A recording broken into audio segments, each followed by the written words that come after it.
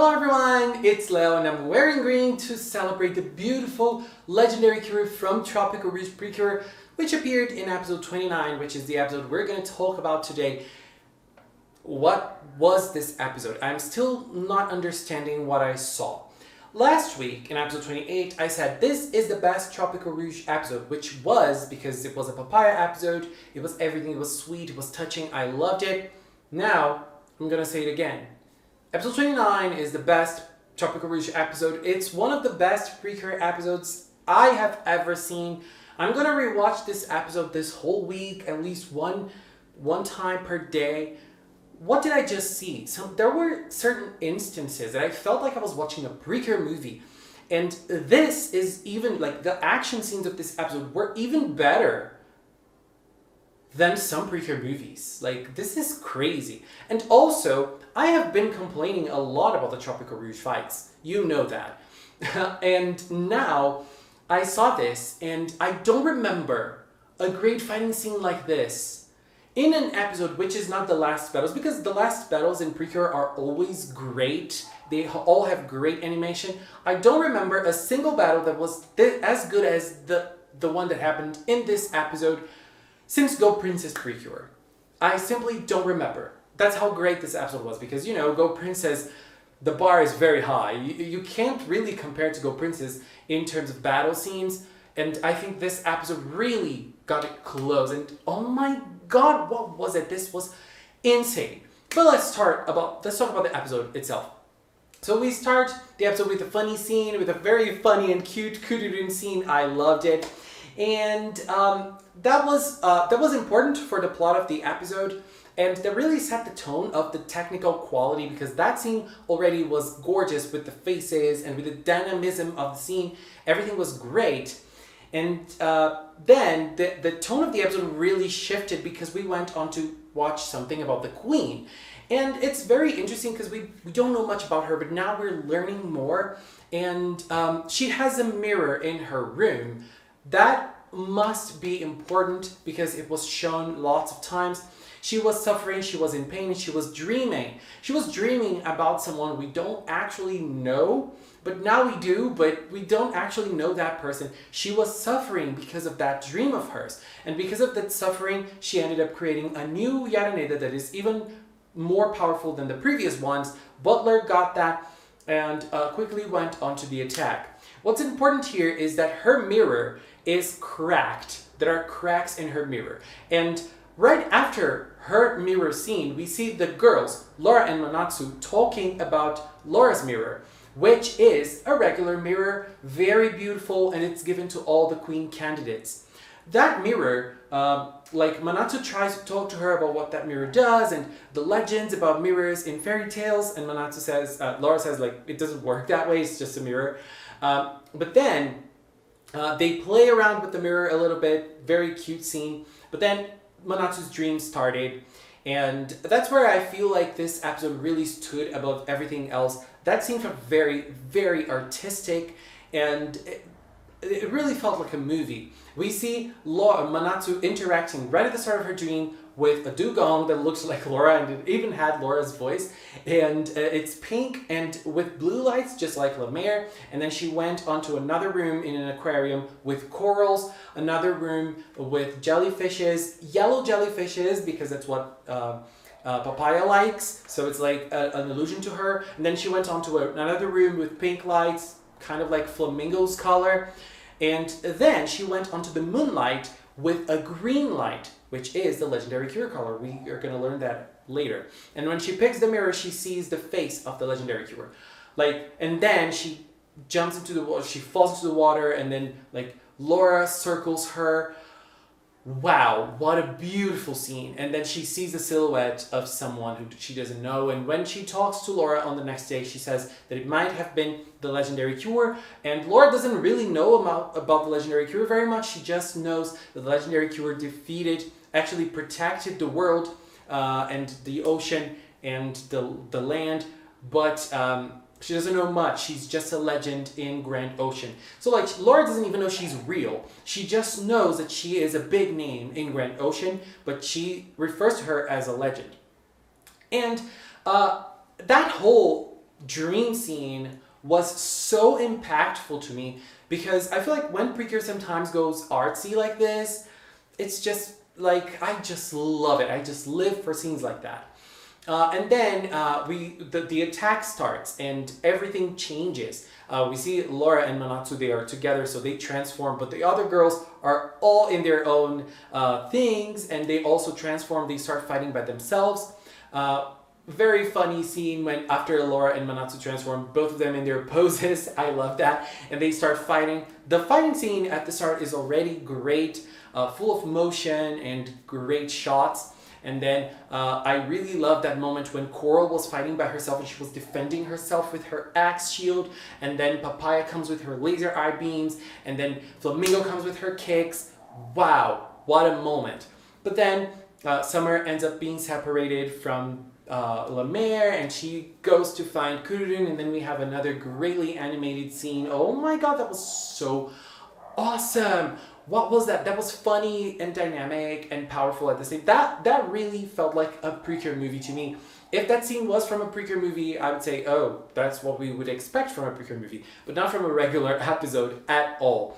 And then we see how Manatsu gets defeated by herself and she de-transforms, and the other girls are fighting. La Mer is having a hard time. The other girls arrive to save her. Everything's cool. And then Kururun arrives. Because like Kururun was with Manatsu or Summer. And then Kururun escaped through water and found the girls. I loved that. Poor Kururun. Kururun got attacked by Papaya. Papaya, no, girl! And Papaya says she's sorry and she's holding Kururun, and Kururun starts Kururun, and Papaya's like, oh, Manatsu's in danger because do you remember what happened in episode 7, I think? She can understand Kururun. Minori can understand Kururun, so they remembered that. So Minori was the one who understood Kururun, and she was like, okay, so we need to go and try to find Kuro-Summer. So when they were going to find Kuro-Summer, there are lots of interesting things that happened in that scene. Apart from the whole dynamic stuff that I loved, we have that beautiful and intense moment with the girls running, and a couple of things that I found interesting. The first one is Cure Papaya. Like when they look back, there are lots of Yaranedas behind them, and the girls are all scared, and Papaya's like, that's a good thing. If there are lots of Yaranedas, we need to get them and gather them in one place. So as I pointed out in past videos, Cure Papaya is the technician of the group. She's always the one who is trying to create techniques for them to fight. She is very analytical in that sense, so she is great. So they remembered that in that scene. That was awesome.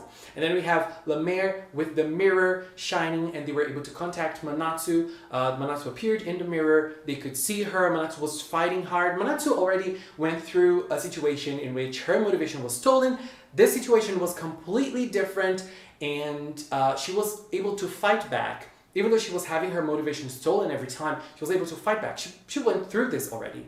And then we see another thing that I found super interesting. Like, the girls were worried about Manatsu, so they were running very fast. And when they got to a place that were very close to the school, lots of Yaranedas appeared in front of them. La Mer was very scared, and Cure Coral was the one to motivate them. I found that super sweet because Cure Coral, out of all of the girls, she is probably the most quiet one. She is the one that's most afraid of vocalizing her opinions. Even though she seems to feel at ease with the Tropical-Rouge girls, she is the one that will vocalize her opinions the least because that's part of her personality.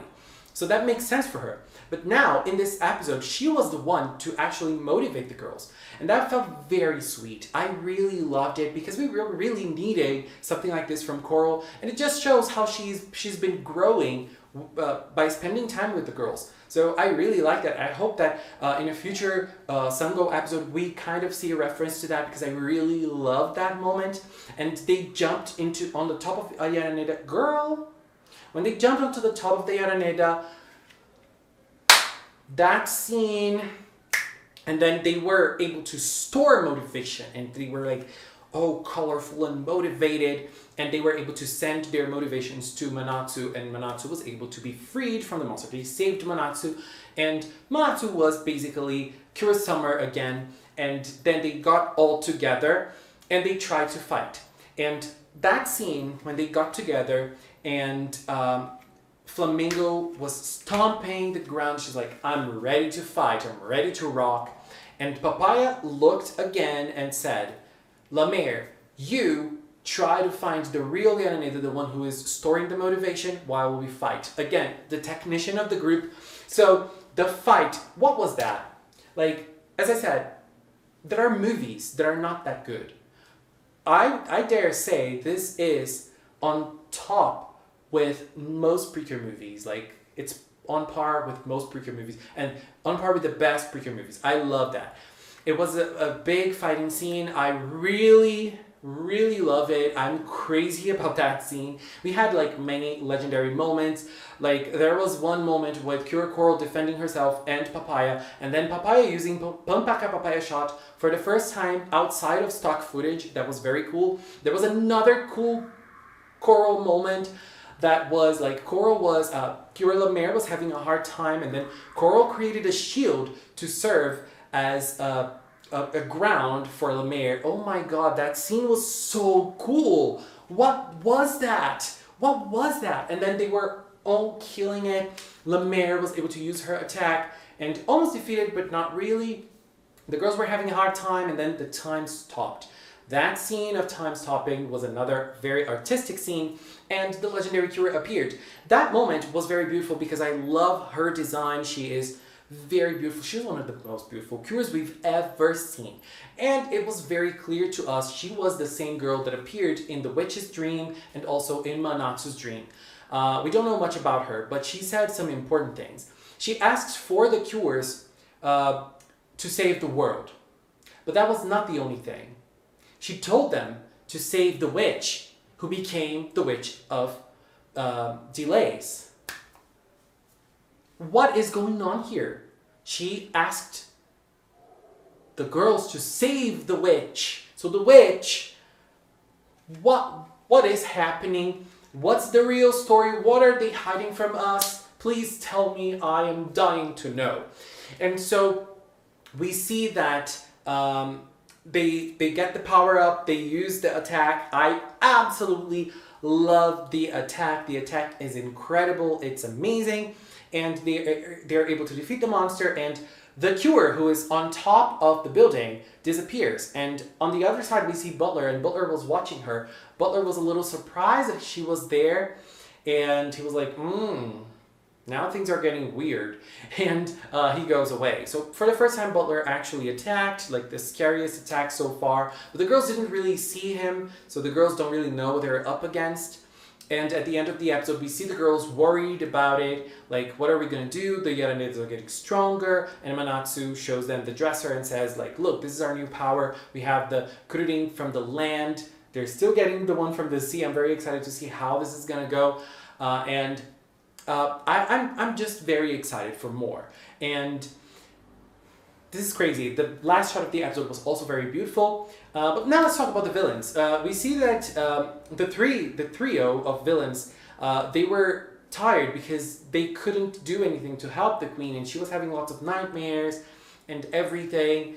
But for the first time, we learn that the queen has no idea what's going on. She's oblivious to the fact that there are Cures not letting them get the motivation. She doesn't know about it. And Butler told them not to tell the witch that the Cures are here. At the same time, she is having dreams with the legendary Cure, and she's trying to reach out to her. And she says, why are you appearing in my dreams? And why are you so happy? I felt really sad watching that because it really feels like she is suffering a lot. And everything that's going on feels like it's not really her fault. So there is something big happening. The fact that she is suffering, the fact that she doesn't know that Precures are around, and the fact that the legendary Cure asked the Cures to save her makes me feel like this witch is being held against her will, and everything that she is doing is not really her fault. So I wonder if Butler is actually using the witch for something else and for his own benefits, and he is tricking her, or if he is trying to protect her from something that happened in the past and that was a traumatic event. in the past. I feel like if Butler is actually trying to protect the witch, it would be cooler, because if he is betraying her, it would feel a little obvious for what we've known so far from him. But I feel like that's the road they're gonna go. And I feel like both the witch and the legendary cure might have been candidates for the queen, or I don't know, because the witch has a mirror. If she has a mirror, and she has a mirror in her room, maybe that means that she had a mirror when she was a queen candidate, just like Laura now. And the cure appeared in Laura's mirror, so her power might be imbued in the mirror somehow, meaning that that mirror might have been hers in the past. We have no idea, I'm just theorizing. But girl, I am just way too excited about this episode, and I'm just living, you know, it's just too good being a Precure fan. Sometimes, most times, it feels like Precure just cleanses us, and it's just the best thing ever. I love Precure so much. It's just the best thing. I just love it. Anyways, guys, that was my view on episode 29, the best episode of Tropical-Rouge, one of the best episodes of Precure history. Leave a comment with yours. Let's keep talking in the comment box below. And I want to take this time to thank the members of the Magical Cinnamon channel. Thank you so much for all of your support. And if you've watched up until now, thank you so much as well. Thank you so much for watching. And until next time, bye-bye.